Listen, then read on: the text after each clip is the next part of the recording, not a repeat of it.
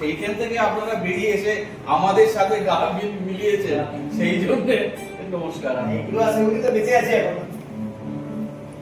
স্নেহেন্দু যখন আমাদের ছাত্র কলেজে পড়াই, যখন একদম ও তখন অনেক ছোট, আমারও মানে ছাত্র জীবনের লেখা একটি কবিতা, পরবর্তীকালে আমি এটাকে গানের সুর দিয়ে করেছি। আর স্বাভাবিকভাবেই কারো শোনা নয়, আশা করি ভালো লাগবে। মানে যেহেতু কয়েকজন ম্যাডাম রয়েছেন, রয়েছে অনেকে মেয়েরা রয়েছেন, সকলের জন্যই মেয়েরা যে চেঞ্জ ফেজ ওভার হয়ে যায়, তার একটা সংসার থেকে অন্য সংসারে চলে যায়, তাদের পরিবর্তনটা নিয়ে লেখা।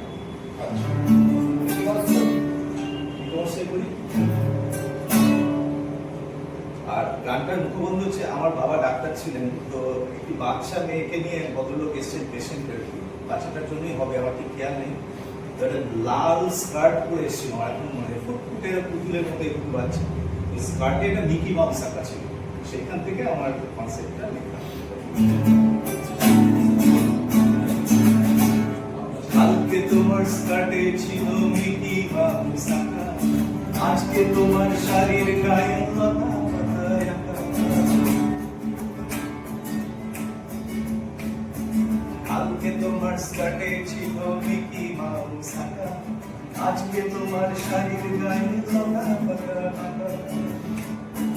কালকে তুমি বেহাত ছিলে পাড়ায় ছোট, আজকে তুমি বেহাত হলে নিলে প্রেমের ঝুঁকি।